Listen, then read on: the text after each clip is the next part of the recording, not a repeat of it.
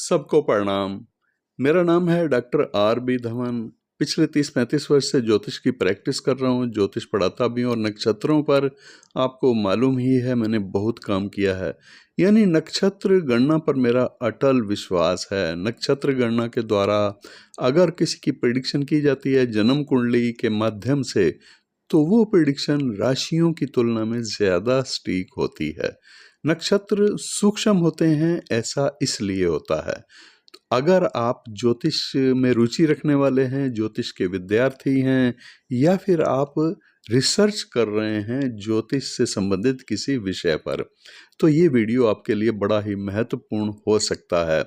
तो आज का जो वीडियो है वो इस विषय पर है कि कौन सा ग्रह किस नक्षत्र में क्या प्रभाव डालता है जातक या जातिका। तो विशेष वीडियो इसलिए है कि ये बहुत ही रेयर मटेरियल है और आपको बहुत ही कम वीडियो इसके मिलेंगे कि कौन से नक्षत्र में कौन सा ग्रह क्या फल देता है। जन्म का नक्षत्र जो होता है उसका मतलब अलग होता है और ग्रहों के नक्षत्रों में स्थिति का प्रभाव अलग होता है। जन्म नक्षत्र का मतलब है कि आपके जन्म समय चंद्रमा की स्थिति जिस नक्षत्र में थी उसका प्रभाव आपके जीवन पर क्या होगा। लेकिन आज का जो विषय है वो ये है कि कोई भी ग्रह सूर्य से लेकर के केतु तक अगर किसी एक विशेष नक्षत्र में है तो उसका प्रभाव उस कुंडली वाले जातक या जातिका पर जीवन में क्या हो सकता है। तो आइए आरंभ करते हैं अश्विनी नक्षत्र से। पहला नक्षत्र है 27 नक्षत्रों में, इसलिए अश्विनी नक्षत्र से हम आरंभ करने जा रहे हैं आज ये एक नया क्रम। अश्विनी नक्षत्र में सूर्य की स्थिति सबसे पहले हम जानेंगे। अश्विनी नक्षत्र जो कि मेष राशि में पड़ता है और मेष राशि का ये पहला नक्षत्र है। मेष राशि का स्वामी सभी जानते हैं कि मंगल ग्रह को माना जाता है और मेष राशि में सूर्य उच्च राशि का भी होता है, लेकिन कितने डिग्रियों पर उच्च परम उच्च होता है ये भी ज्योतिष के विद्यार्थी जानते ही हैं। सूर्य मेष राशि में 10 अंश पर परम उच्च होता है और अश्विनी नक्षत्र के चारों चरणों में सूर्य का फल कैसा होता है इस वीडियो को हम यहाँ से आरंभ करने जा रहे हैं। सूर्य अगर अश्विनी नक्षत्र के पहले चरण में है तो फल क्या होगा। पहले चरण में वो जातक शरीर से हृष्ट पुष्ट होता है, आत्मविश्वास उसमें भरपूर होता है और तर्क शक्ति में भी वो प्रवीण माना जाता है। पारिवारिक जीवन में संतान का सुख भी उसको भरपूर मिलता है। वो दीर्घायु भी होता है, धन से भी संपन्न होता है, मान इज्जत भी उसकी खूब होती है। मेष राशि का स्वामी मंगल हालांकि एक उग्र ग्रह माना गया है और सूर्य को भी इसी प्रकार से रक्त पर अधिकार रखने वाला या फिर उष्णता के प्रभाव वाला ग्रह, पित्त रक्त पित्त की स्थिति को वृद्धि करने वाला प्रभाव भी सूर्य में होता है। तो सूर्य अगर इस नक्षत्र में है, प्रथम नक्षत्र जो कि मेष राशि में पड़ता है, तो रक्त विकार की संभावना के संकेत भी व्यक्ति को होते हैं, उस जातक को होते हैं। और अगर हम इन संकेतों को समझ करके सावधान रहें तो फिर कोई कारण नहीं है कि उनके दुष्प्रभाव को कम भी हम कर सकते हैं। अपने जन्म कुंडली में देखना होगा। अब सूर्य सेकंड पार्ट में हो, अगर अश्विनी नक्षत्र के दूसरे भाग में हो सूर्य किसी की कुंडली में, तो सूर्य का प्रभाव इस तरह से होता है। इस चरण में स्थित सूर्य उतने अच्छे फल नहीं देता जितना कि माना गया है। अश्विनी नक्षत्र के दूसरे चरण में सूर्य की स्थिति आयु की दृष्टि से अशुभ मानी गई है और सूर्य और चंद्रमा की अगर युति हो, साथ साथ हो, तो फिर अशुभ फलों में वृद्धि भी हो सकती है। हाँ, सूर्य के साथ अगर मंगल की स्थिति या दृष्टि हो तो फिर काफी हद तक उस दोष का निवारण भी हो जाता है। ये युति अच्छे परिणाम देने वाली होती है। मंगल के साथ सूर्य की युति का कोई दोष नहीं होता। अब सूर्य तीसरे चरण में हो, अश्विनी नक्षत्र के तीसरे चरण में सूर्य की स्थिति हो, तो यहाँ सूर्य की स्थिति जातक के वैभव प्रदान करने वाली मानी गई है, लेकिन अकेला धन या वैभव की पर्याप्त सुख प्रदान करने वाला ही होता है ये सूर्य। इस चरण में सूर्य की स्थिति के दो फल बताए गए हैं। एक तो जातक की बुद्धि बड़ी विचित्र प्रकार की होती है, यानी कुटिल बुद्धि वाला उसको कहा गया है, और दूसरा उसके स्वभाव को उग्र बनाने वाला प्रभाव होता है सूर्य का। कभी कभी वो जातक हिंसक भी हो जाता है। इन सब बातों का उसके स्वास्थ्य पर भी थोड़ा सा प्रभाव पड़ता है। पित्त विकार उसको रहता है अक्सर, और रक्त विकार से भी वो परेशान रहता है। अब सूर्य अगर चौथे चरण में हो तो क्या परिणाम होता है? सूर्य की चौथे चरण में स्थिति अश्विनी नक्षत्र के, इस चरण का मतलब यह है कि सूर्य 10 अंश और 11 अंश के बीच अगर हो तो फिर परम उच्च का तो होगा ही होगा। तो उसके फल बहुत ही उत्तम प्रकार के होते हैं, अच्छे होते हैं। जैसे जातक कुशाग्र बुद्धि वाला होगा, प्रसिद्ध होगा, और नेतृत्व करने की क्षमताएं उसमें होती हैं। नेतृत्व करने की क्षमता होने के कारण से वो सेना में या सुरक्षा सेवाओं में भी उच्च पद पर हो सकता है, और सामाजिक क्षेत्र में भी अगर वो है तो फिर उसमें भी उच्च स्थान प्राप्त करने वाला होता है। अपनी जिम्मेदारी को बखूबी निभाने वाला वो माना गया है। अपनी समस्त जिम्मेदारियां जो भी उसको सौंपी जाती हैं, अत्यंत निष्ठापूर्वक उनको पूर्ण करने वाला वो जातक होता है। इसका एक कारण ये भी है कि सूर्य की ऐसी स्थिति वाले जातक निर्मल हृदय और धार्मिक प्रवृत्ति वाले भी होते हैं। जैसे जैसे उनकी जीवन यात्रा आगे बढ़ती चली जाती है, उन पर सौभाग्य और खुशहाली की वर्षा होती चली जाती है। दरअसल हम देखते हैं कि अश्विनी नक्षत्र के प्रथम चरण 00 अंश 00 कला से 3 अंश 20 कला तक का जो प्रथम चरण है अश्विनी नक्षत्र का, और फिर चौथा चरण यानी 10 अंश से आरंभ होता है और 13 अंश 20 कला तक का रहता है। इन 13 अंश 20 अंशों में से ये जो मध्य स्थिति है, यानी 10 अंश के पास आसपास सूर्य की स्थिति अगर किसी की कुंडली में होगी, अब 10 अंश का मतलब यह है कि उसमें लगभग 1.5 अंश पहले और 1.5 अंश बाद तक अगर स्थिति होती है सूर्य की इस अश्विनी नक्षत्र में, तो समझ सकते हैं कि बहुत ही अत्यंत शुभ फल देने वाली वो स्थिति होगी, क्योंकि सूर्य मेष राशि के इन अंशों में परम उच्च अवस्था का होता है, और तीसरे और चौथे चरणों में ये अंश पड़ते हैं। इसलिए सूर्य अत्यंत शुभ फल देने वाला उनके लिए होता है। अश्विनी में स्थित सूर्य पर अब हम जानेंगे कि अलग अलग ग्रहों की दृष्टि का प्रभाव क्या होता है। दोस्तों, बड़े इंटरेस्टिंग टॉपिक है, रेयर टॉपिक है, इस वीडियो को पूरा देखिएगा। और ये जो श्रृंखला है मैंने आरंभ की है, और ये है अश्विनी नक्षत्र से आरंभ की है। आप सभी नक्षत्रों की बारी बारी से देखेंगे कि आपकी कुंडली में वो ग्रह जिसकी आप महादशा या अंतर्दशा में से गुजर रहे हैं, वो किस नक्षत्र में आपको क्या प्रभाव प्रकट कर रहा है, बिल्कुल आपको मैच करता हुआ दिखाई देगा। अश्विनी नक्षत्र में सूर्य की स्थिति हो और उस पर अलग अलग ग्रहों की दृष्टि हो तो प्रभाव हम अब जानेंगे यहाँ। अश्विनी नक्षत्र में सूर्य पर अगर चंद्रमा ग्रह की दृष्टि हो तो ये उस जातक या जातिका की आयु के लिए थोड़ा अशुभ माना गया है। और इस सूर्य पर जो कि अश्विनी नक्षत्र में हो और मंगल की दृष्टि भी उसको प्रभावित कर रही है। अब दृष्टि मंगल की जो है वो चाहे 7वीं हो या चौथी हो या 8वीं हो, दृष्टियां तो दृष्टियां ही हैं, कोई भी दृष्टि हो सकती है। तो मंगल की दृष्टि के कारण ये जातक क्रूर स्वभाव उसका होता है, और इस कारण से सूर्य भी उग्र ग्रह है और मंगल भी उग्र ग्रह है, तो प्रभाव उसके नेत्रों पर भी होगा। आपको उसके नेत्र लालिमा लिए हुए दिखाई देंगे।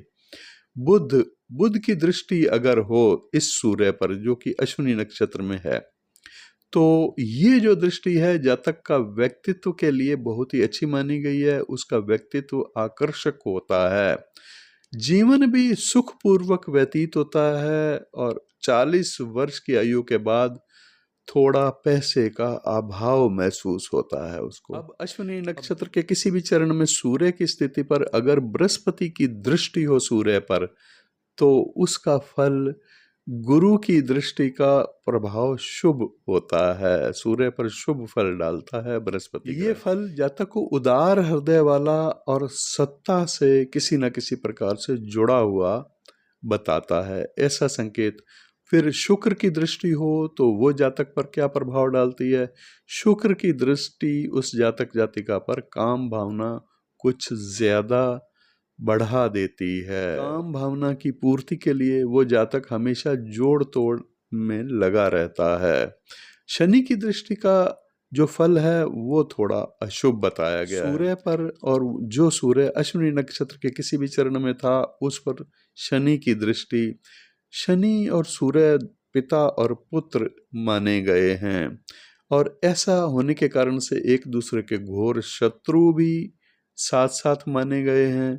शनि की दृष्टि जातक को पैसे का अभाव दिखा सकती है, यानी आर्थिक स्थिति को कमजोर करने वाली होती है। अब हम आते हैं चंद्रमा की स्थिति अश्विनी नक्षत्र के अगर किसी भी चरण में हो तो उसका फल क्या होता है। चंद्रमा अगर अश्विनी नक्षत्र के पहले 2 चरणों में हो तो जातक का व्यक्तित्व बहुत ही शानदार होता है, और वो जातक विद्वानों या विशेषज्ञों की संगति में बैठने वाला, उनसे मेल जोल रखने वाला होता है, और उनसे विचारों के आदान प्रदान करने में उसको बहुत ही आनंद आता है, यानी उनसे मीटिंग करने में उसको बहुत ही आनंद की अनुभूति होती है। ऐसा जातक चाहे निजी संस्थान में हो या फिर सरकारी सेवा में किसी उच्च पद पर आसीन हो, तो उसके अंदर इस प्रकार की क्षमताएं भी होती हैं। हालांकि उसकी कार्यशैली से उसके अधीन रहने वाले जो कर्मचारी हैं थोड़ा बहुत असंतोष उनमें देखने को मिलेगा। कहा जाता है कि लगन में अश्विनी नक्षत्र में चंद्रमा की गुरु के साथ अगर युति हो तो ये जातक का जीवन काल 83 यानी 83 वर्ष तक का होता है।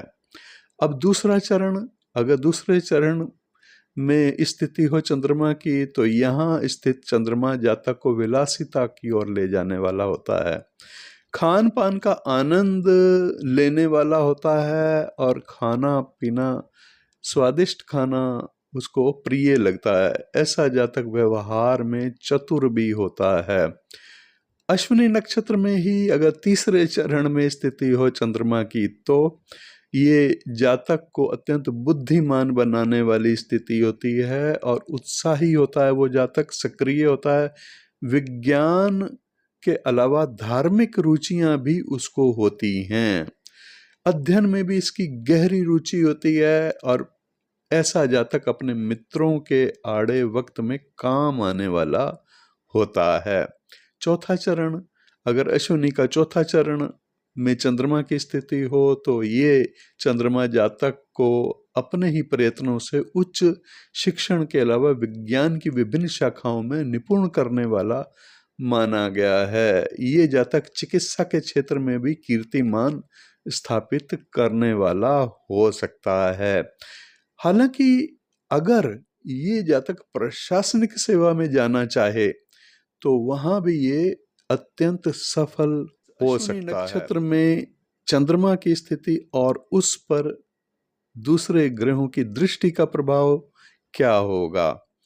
यहाँ पर सूर्य की दृष्टि अगर चंद्रमा पर है, जो चंद्रमा अश्विनी नक्षत्र में है, तो परोपकारी बनाने वाली होगी ये स्थिति।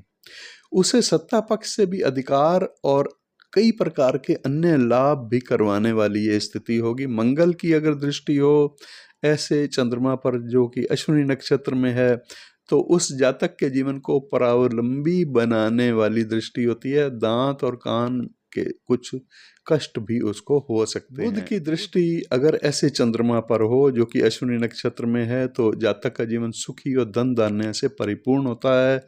यश से भी वो लाभान्वित होता है, यानी उसको यश मान सम्मान भी खूब मिलता है। बृहस्पति की दृष्टि अगर ऐसे चंद्रमा पर हो जो कि अश्विनी नक्षत्र में है तो वो दृष्टि जातक को अत्यंत विद्वान और बुद्धिमान बनाने वाली होती है।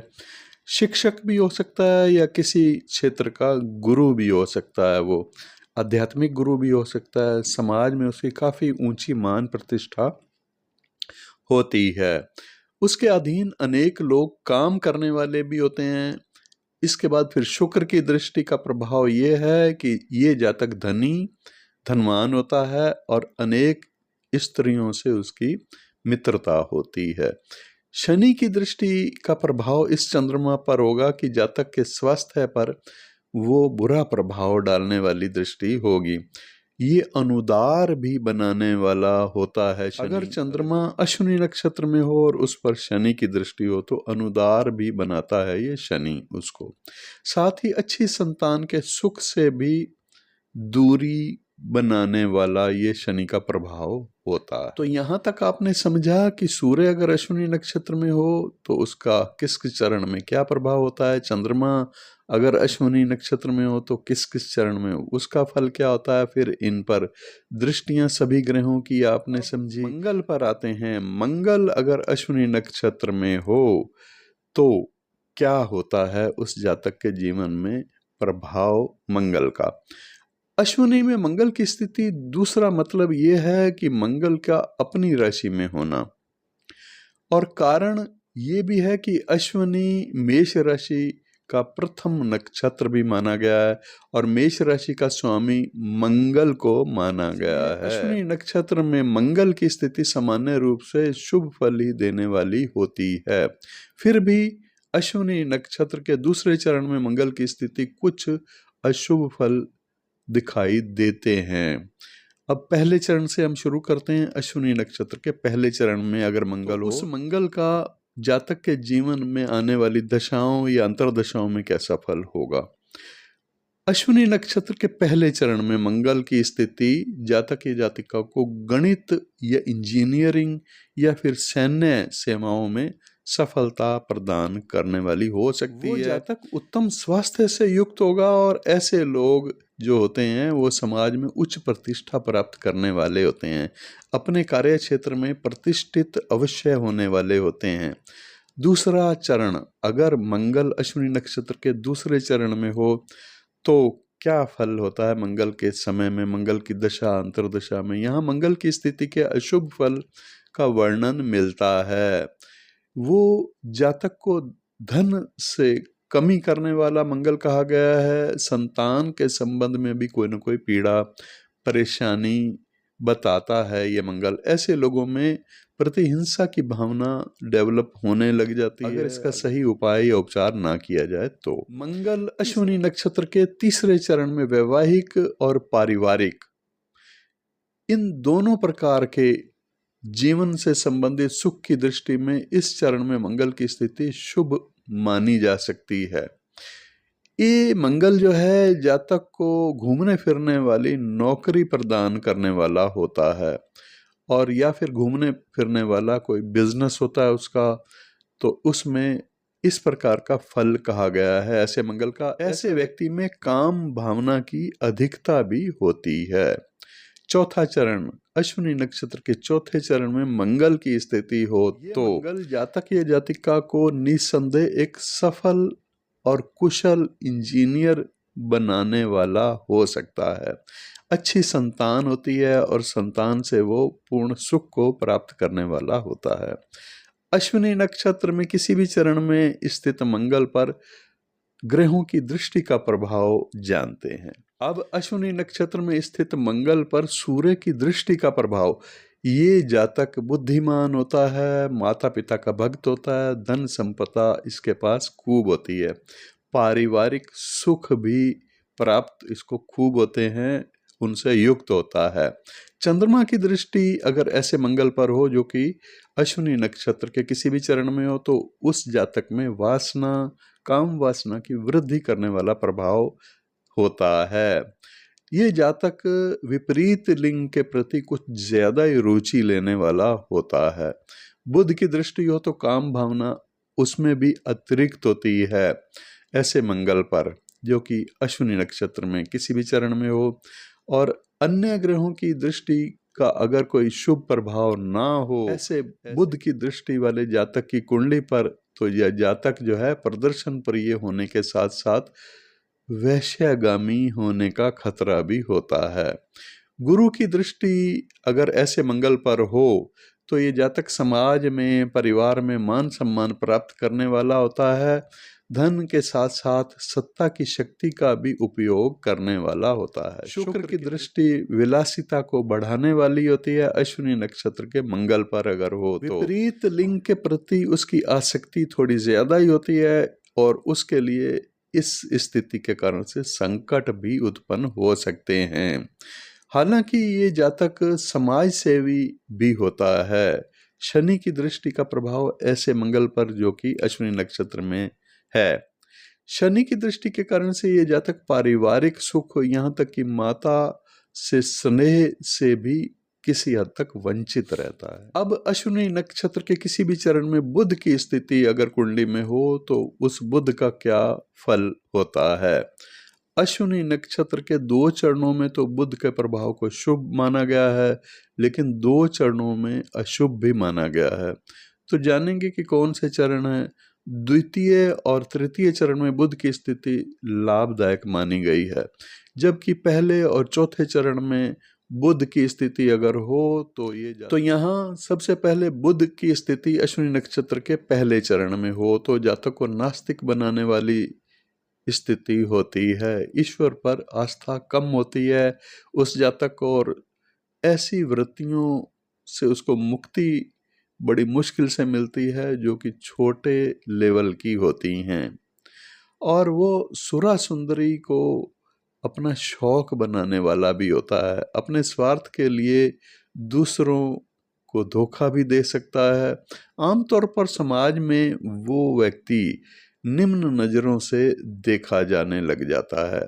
इस दुष्प्रभाव को दूर करने के उपाय भी हैं। अब बुध की स्थिति अश्विनी नक्षत्र के दूसरे चरण में अगर हो तो जातक विभिन्न विषयों का ज्ञान प्राप्त करने वाला भी होता है, और ये फल इस प्रकार से शुभ भी बताया गया है।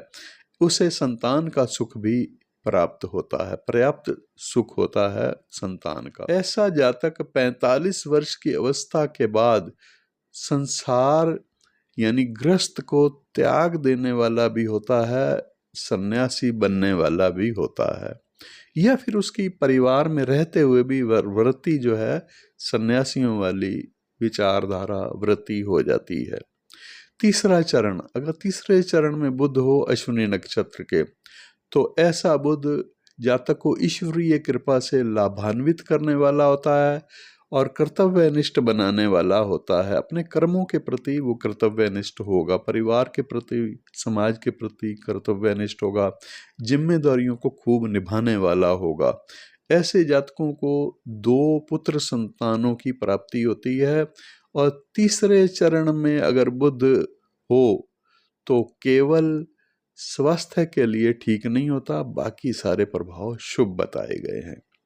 चौथा चरण, बुध अगर अश्विनी नक्षत्र के चौथे चरण में होता है तो यहाँ बुध की स्थिति के थोड़े अशुभ फल बताए गए हैं। जातक अगर बिजनेसमैन है तो उसको बिजनेस में अक्सर कामयाबी कम ही मिलती है, असफलता ज्यादा मिलती है, और इस कारण से अगर वो डटा रहता है बिजनेस ही मैंने करना है तो वो अभावपूर्ण जीवन व्यतीत करने को विवश हो जाता है। चारित्रिक दोषों की अधिकता भी उसमें इस कारण से हो सकती है। अश्विनी नक्षत्र में अगर बुध की स्थिति है, किसी भी चरण में है, तो उसमें ग्रहों की दृष्टि का प्रभाव जानते हैं। सबसे पहले सूर्य की दृष्टि का प्रभाव क्या होगा इस बुध पर, जो कि अश्विनी में है। इसमें शुभ फल बताया गया है। जातक कर्तव्यनिष्ठ, परिवार और संबंधियों के प्रति जिम्मेदार, शासन पक्ष से लाभान्वित भी होता है। चंद्रमा की दृष्टि हो तो ये जातक को कलाओं में रुचि वाली होती है, कलाओं के क्षेत्र में सफलता भी दिलवाने वाली होती है, संगीत के प्रति भी उसकी रुचि हो सकती है, या फिर कोई भी ऐसी कला में भी उसको धन का उपार्जन भी हो सकता है और लाभ अनेक प्रकार के मान सम्मान का भी हो सकता है। वो हर तरह से सुखी होता है चंद्रमा की दृष्टि का प्रभाव अगर हो तो। मंगल की दृष्टि हो तो शुभ फल देने वाली होती है, और बुध मंगल को शत्रुता की दृष्टि से देखता है। हालांकि मंगल की दृष्टि के कारण वो सत्ता आसीन लोगों का कृपा पात्र भी बना रहता है और लाभ भी जीवन में उठाता रहता है।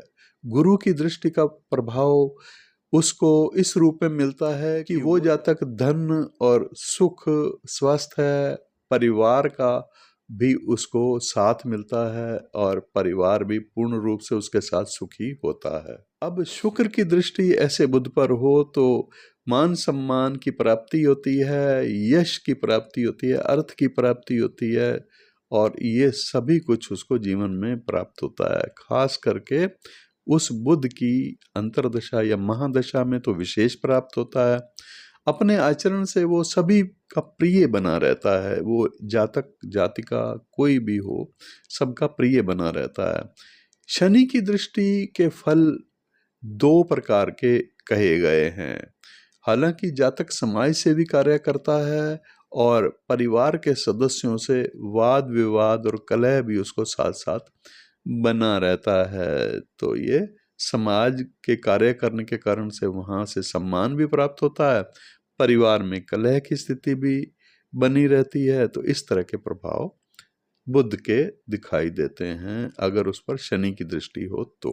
अब अश्विनी नक्षत्र में अगर बृहस्पति की स्थिति हो तो आमतौर पर कहा गया है कि अश्विनी नक्षत्र में स्थित बृहस्पति जातक के लिए अत्यंत शुभ फल देने वाला होता है। वो नक्षत्र के किसी भी चरण में स्थित हो, शुभ फल ही देने वाला माना गया है। गुरु एक सात्विक और शुभ ग्रह कहा गया है। वैदिक परंपरा से गुरु को देवताओं का गुरु माना गया है, बृहस्पति ग्रह को, और गुरु भी कहा गया है, बृहस्पति भी कहा गया है। विवेक प्रदान करने वाला ये ग्रह अश्विनी नक्षत्र में गुरु अपने कारकत्व के अनुसार शुभ फल देने वाला माना जाता है। अगर पहले चरण में हो, अश्विनी नक्षत्र के पहले चरण में बृहस्पति की स्थिति कुंडली में हो, तो इस चरण में गुरु का प्रभाव उस जातक के व्यक्तित्व में चुंबकीय आकर्षण पैदा करने वाला होता है। विवेकपूर्ण वाणी होती है उसकी, और उसके प्रभाव से वो धन प्राप्त करने वाला भी होता है। ऐसा जातक अपने आसपास के लोगों को बड़ी आसानी से प्रभावित करने वाला होता है, अपनी ओर आकर्षित करता है। अपने आचरण से अपने वातावरण ऐसा बना लेता है, ऐसा प्रभाव उसका अपने भाषण में भी होता है। अगर वो कहीं स्पीच करता है, भाषण करता है, तो उसके विचारों को सुनने के लिए बहुत से लोग इकट्ठे भी हो जाते हैं। उस जातक की अध्ययन में गहरी रुचि होती है और दार्शनिक प्रकृति का वो व्यक्ति होता है। आध्यात्मिक क्षेत्र में उसकी गहरी पैठ भी होती है। ऐसा जातक आध्यात्मिकता के साथ साथ भौतिक उन्नति करने वाला भी होता है। अपने मित्रों या दूसरे समाज के लोगों में पर्याप्त सहायता उसको प्राप्त भी होती है, उनकी मदद करने वाला भी होता है। 35 वर्ष की अवस्था के बाद इस जातक को यश मिलने लग जाता है या यश में वृद्धि होने लग जाती है। अब अश्विनी नक्षत्र के दूसरे चरण में बृहस्पति की स्थिति क्या कहती है? यहाँ पर गुरु की स्थिति अगर हो तो ये भी अच्छी मानी गई है। जातक लेखन के क्षेत्र में प्रसिद्धि प्राप्त करने वाला होता है और परोपकारी होता है। उसका व्यक्तित्व भी आकर्षक होता है, उदार स्वभाव वाला वो जातक होता है। पूर्ण निष्ठा से हर कार्य को करने वाला होता है। फल ये होता है कि सभी के स्नेह का पात्र बनता है, आदर का पात्र बना रहता है। हाँ, धन के मामले में कुछ मात्रा में कमी महसूस की जरूर जाती है इस दूसरे चरण में। तीसरा चरण, अगर तीसरे चरण में बृहस्पति की स्थिति हो अश्विनी नक्षत्र के, तो यहाँ बृहस्पति जातक को बौद्धिक क्षमताएं प्रदान करने वाला होता है। भौतिक क्षेत्र में भी पर्याप्त उन्नति उसको प्राप्त दिलाने वाला ये बृहस्पति होता है। जातक विद्वान और अधिकारों से संपन्न होता है, चाहे वो सरकारी नौकरी करता हो तो वहाँ, या राजनीति में हो वहाँ, व्यापार करता हो तो वहाँ, परिवार में, समाज में, कुटुंब में, सब जगह उसको अधिकार प्राप्त होते हैं। चौथा चरण, बृहस्पति अगर चौथे चरण में हो अश्विनी नक्षत्र के, तो यहाँ ये बृहस्पति जातक को और भी सर्वोत्तम फल प्रदान करने वाला होता है। मतलब एक और जहाँ उसे अपार कीर्ति प्रदान करने वाला है ये बृहस्पति, और दूसरी ओर उसे धन का अभाव भी नहीं रहता, धन भी पर्याप्त मात्रा में होता है उसके पास। परिवार का सहयोग भी पूर्ण रूप से मिलता है, कुटुंब का सहयोग भी मिलता है, सुख और उसकी संतान भी योग्य और आज्ञाकारिणी होती हैं। अब ऐसे बृहस्पति पर, जो कि अश्विनी नक्षत्र में था, उस पर दूसरे ग्रहों की दृष्टि का प्रभाव जानते हैं। सूर्य की दृष्टि जातक को हमेशा वैध कार्य करने के लिए प्रेरित करती है। ये जातक अवैध कार्यों से डरने वाला होता है। ईश्वर पर इसकी अपार श्रद्धा आस्था होती है, और ये जातक समाज में परोपकारी कार्य करने वाला होता है, ये इसकी पहचान होती है। चंद्रमा की दृष्टि का प्रभाव धन, सम्मान, मान सम्मान, यश प्राप्त करवाने वाला होता है। मंगल की दृष्टि ऐसे बृहस्पति पर जातक को सत्ता पक्ष से लाभ पहुंचाने वाली होती है, और ऐसा जातक स्वभाव से कुछ उग्र भी होता है, कभी कभी क्रूर भी हो जाता है। अश्विनी नक्षत्र में स्थित बृहस्पति पर बुध ग्रह की दृष्टि जातक को सद्व्यवहार करने वाला बनाती है, लेकिन उसमें औरों के निरर्थक विवादों में जानबूझकर फंसने की आदत भी होती है। शनि की दृष्टि होने से ये जातक स्त्रियों को प्रिय होता है, और स्त्रियों के उपयोग की सामग्री का व्यापार करने वाला भी होता है, उनसे लाभान्वित भी होता है। शनि की दृष्टि अगर ऐसे बृहस्पति पर हो, जो कि अश्विनी नक्षत्र में किसी भी चरण में है, तो जातक स्वभाव से कुछ क्रूर होता है। ये जातक परिवार का भी अच्छा सुख प्राप्त करने वाला होता है। अश्विनी नक्षत्र में शुक्र ग्रह की स्थिति किसी भी चरण में हो तो कैसा फल होता है? शुक्र ग्रह की स्थिति अश्विनी नक्षत्र में होने से वो जातक शरीर से हृष्ट पुष्ट होता है, और उसमें कला और अभिनय के क्षेत्र में उसको सफलता प्राप्त करवाने वाला ये शुक्र होता है। उच्च कोटि के चिकित्सक भी होते हैं ऐसे लोग, और मैकेनिक या इंजीनियर बनने की क्षमता भी इनमें खूब होती है। अश्विनी नक्षत्र के पहले चरण में अगर शुक्र की स्थिति हो, तो ये शुक्र जातक को हमेशा प्रसन्न रखने वाला बनाता है। शरीर से हृष्ट पुष्ट होता है वो जातक, और उसमें अच्छा मैकेनिक या अच्छा इंजीनियर बनने की क्षमताएं होती हैं। कुछ कारणों से पहले चरण में स्थित शुक्र को कम आयु वाला भी माना गया है, आयु पर खतरा भी होता है। हालांकि कई प्रकार के शुभ प्रभाव अगर हों तो ये खतरा नहीं भी होता। इसको देखना होगा कि उसकी कुंडली में दीर्घायु योग है या नहीं, और अगर दीर्घायु योग है तो फिर इस प्रकार का कोई खतरा नहीं होता। दूसरा चरण, अब अश्विनी नक्षत्र के दूसरे चरण में शुक्र ग्रह की स्थिति हो तो वो जातक भी हृष्ट पुष्ट और मिलनसार होता है। उसके परिवार ऐसा होता है कि परिवार का दायित्वों को ये निभाने वाला होता है, अच्छे से निभाने वाला होता है। लेखन की प्रतिभा भी उसमें होती है, और भाग्य भी उस कार्य में उसका साथ देता है। तीसरे चरण में अगर शुक्र हो अश्विनी नक्षत्र के, तो जातक एक श्रेष्ठ चिकित्सक बन सकता है। ऐसी क्षमताएं उसमें होती हैं अगर वो उस तरफ कदम बढ़ाता है तब। वो बौद्धिक प्रवृत्ति वाला और मिलनसार और सबका प्रिय होता है। चौथा चरण, अश्विनी के चौथे चरण में शुक्र की स्थिति जातक को कला के क्षेत्र में ले जाती है और सफल भी बनाती है। वो एक अच्छा अभिनेता भी बन सकता है, कलाकार किसी भी कला से संबंधित हो तो वो बन सकता है, संगीतकार भी संगीत से जुड़ा हुआ वो ही हो सकता है।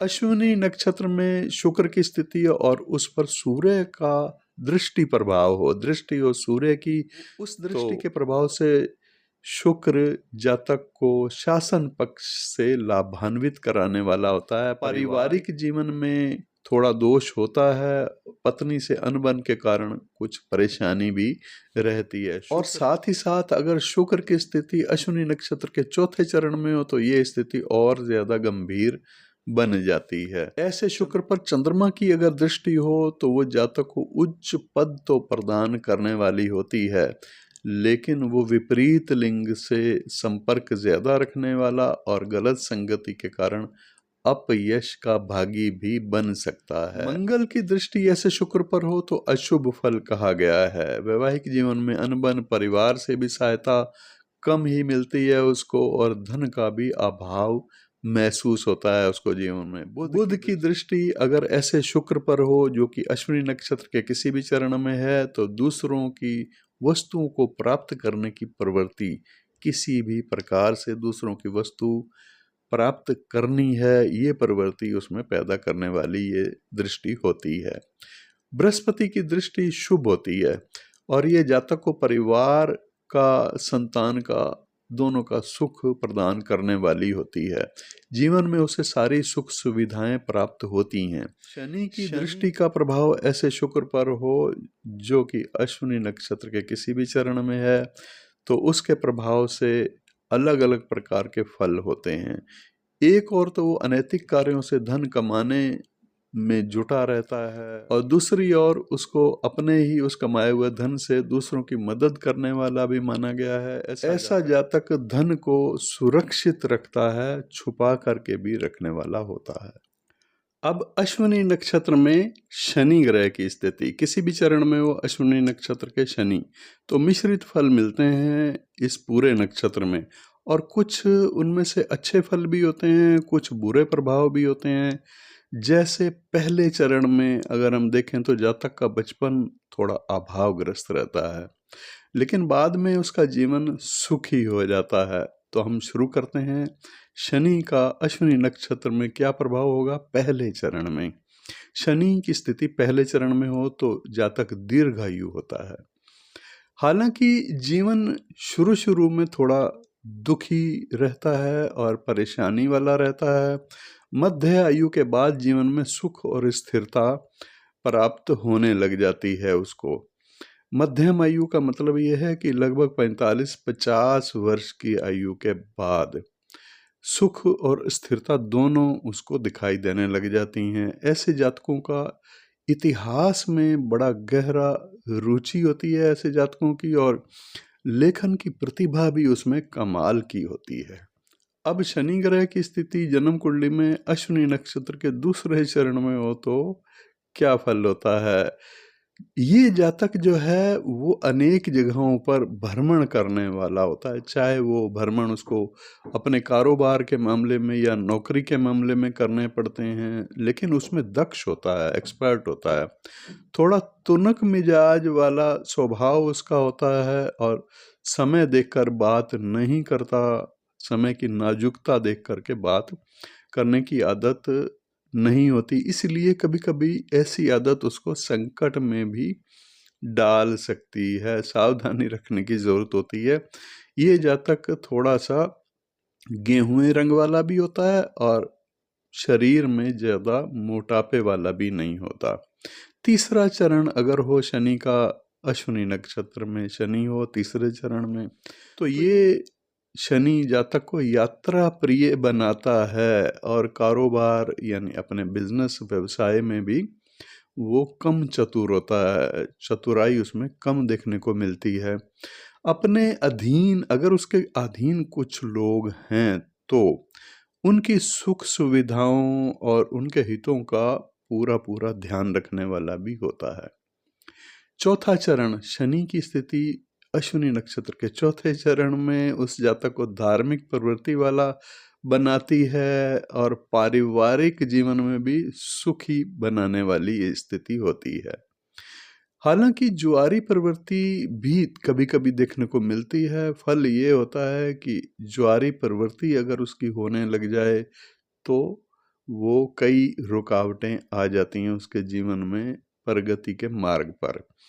अब अश्विनी नक्षत्र में शनि की स्थिति और उस पर सूर्य ग्रह की दृष्टि हो तो ये जातक पशुपालन के कारोबार में सफलता प्राप्त हो सकती है। इसको पशुपालन का कार्य अगर करे या पशुओं से संबंधित कोई भी कार्य करे, कोई भी पशु हो सकता है, तो जातक अच्छा लाभ कमाने वाला हो सकता है।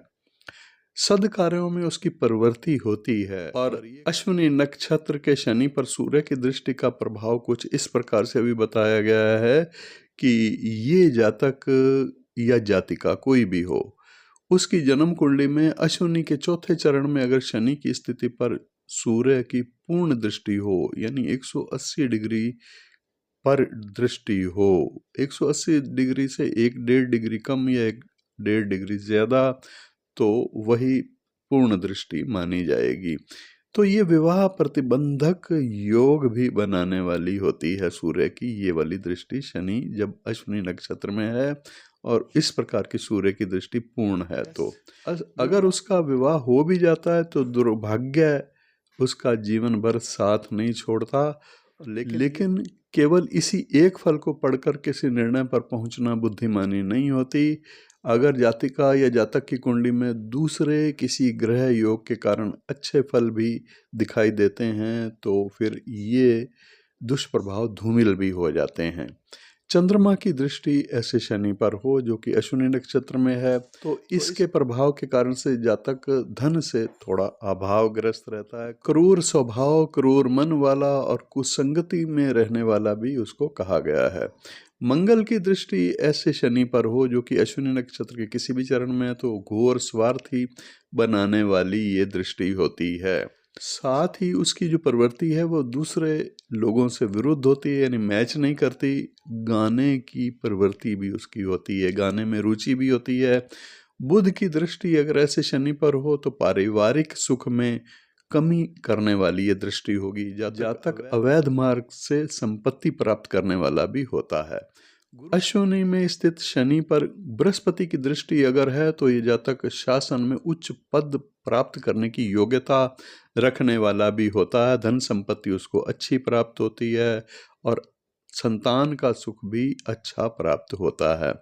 शुक्र की दृष्टि अगर हो ऐसे शनि पर जो कि अश्विनी नक्षत्र में है, तो जातक में काम भावना की अधिकता रहती है। ये यात्राएं करने वाला होता है, अधिक यात्राएं में इसको आनंद भी आता है। अब राहु का फल अश्विनी नक्षत्र के किसी भी चरण में क्या होता है?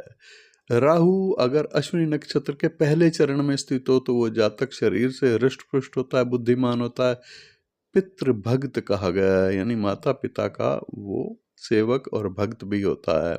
अपने वरिष्ठ लोगों, अपने से जो बड़े लोग हैं, वो जो वरिष्ठ लोग हैं, उनसे समय समय पर सहायता भी उसको प्राप्त होती है और उनकी सलाह लेने वाला भी होता है। दूसरे चरण में अगर अश्विनी नक्षत्र के राहु की स्थिति हो तो ये जातक विदेशों में भ्रमण करने का इच्छुक होता है। वैसे वो धार्मिक परंपराओं का पालन करने वाला भी होता है, लेकिन अपनी अस्थिर मनोवृत्ति के कारण भटकाव की स्थिति भी उसके साथ बनी रहती है। तीसरा चरण, अगर अश्विनी के तीसरे चरण में राहु की स्थिति हो तो राहु का ये जो प्रभाव है ये ज्यादा धन के अभाव वाला कहा गया है। तो ऐसी सूचना ज्योतिष के ग्रंथों के द्वारा मिलती है। वैवाहिक जीवन में भी सुख कम ही प्राप्त होता है और अपनी दार्शनिक प्रवृत्ति के कारण ये जातक ग्रस्त सुख और धन इनसे थोड़ा सा दूर ही रहता है या इसकी कमी प्राप्त करने वाला होता है। चौथा चरण, अगर अश्विनी के चौथे चरण में राहु की स्थिति हो तो इसके फल ये होते हैं कि वो जातक दुबले पतले शरीर वाला होता है, साहसी होता है, निर्भीक होता है। यहाँ राहु अगर हो तो जातक पेट की समस्या यानी पचने में समस्या होती है, खाना अपच की शिकायत या फिर वायु प्रकोप, शरीर में दर्दें रहना, इस प्रकार की शिकायत उसको लगभग बनी रहती है। दोस्तों यहाँ पर आपको मैं ये भी बता दूं कि ना तो राहु और केतु की किसी ग्रह पर दृष्टि होती है और ना ही किसी ग्रह की राहु या केतु पर कोई दृष्टि होती है। तो इसलिए राहु और केतु की दृष्टि का प्रभाव यहाँ नहीं बताया गया।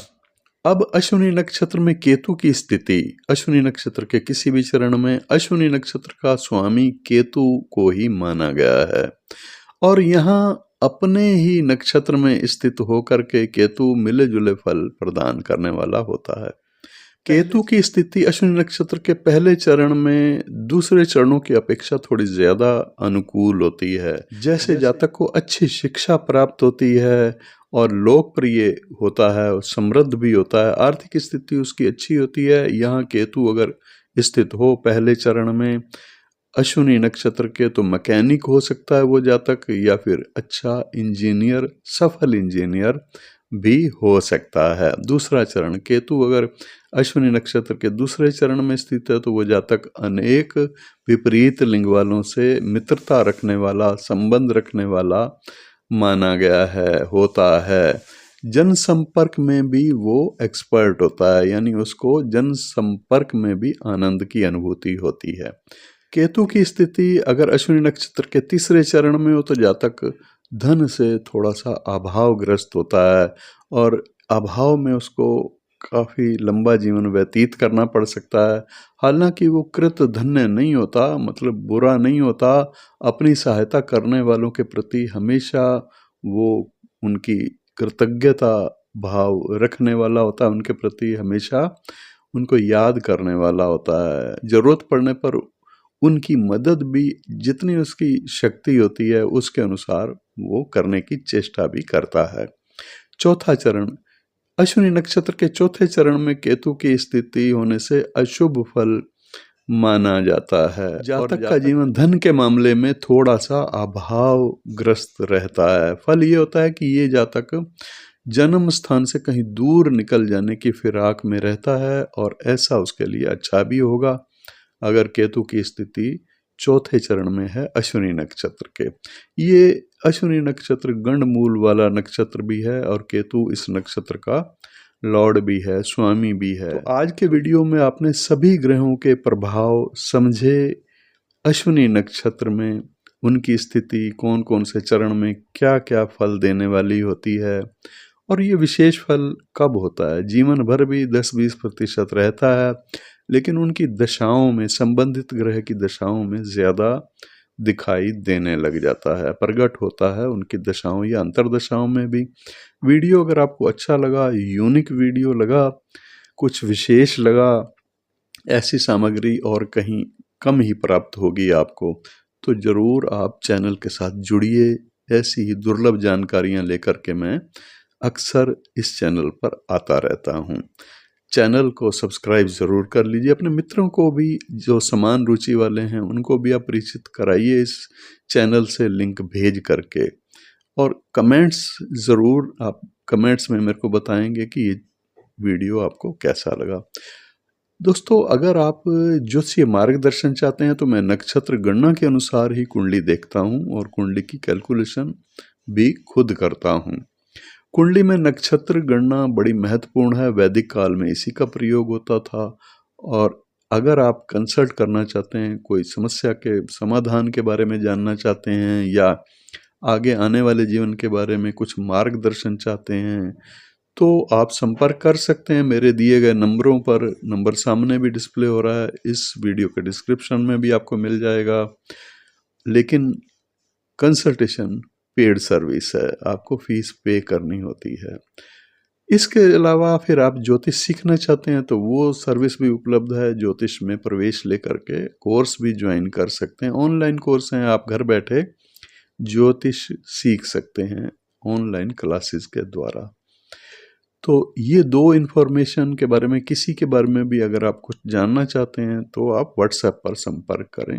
व्हाट्सएप नंबर दिए गए हैं, उन्हीं नंबरों पर आप संपर्क करके लाभान्वित हो सकते हैं।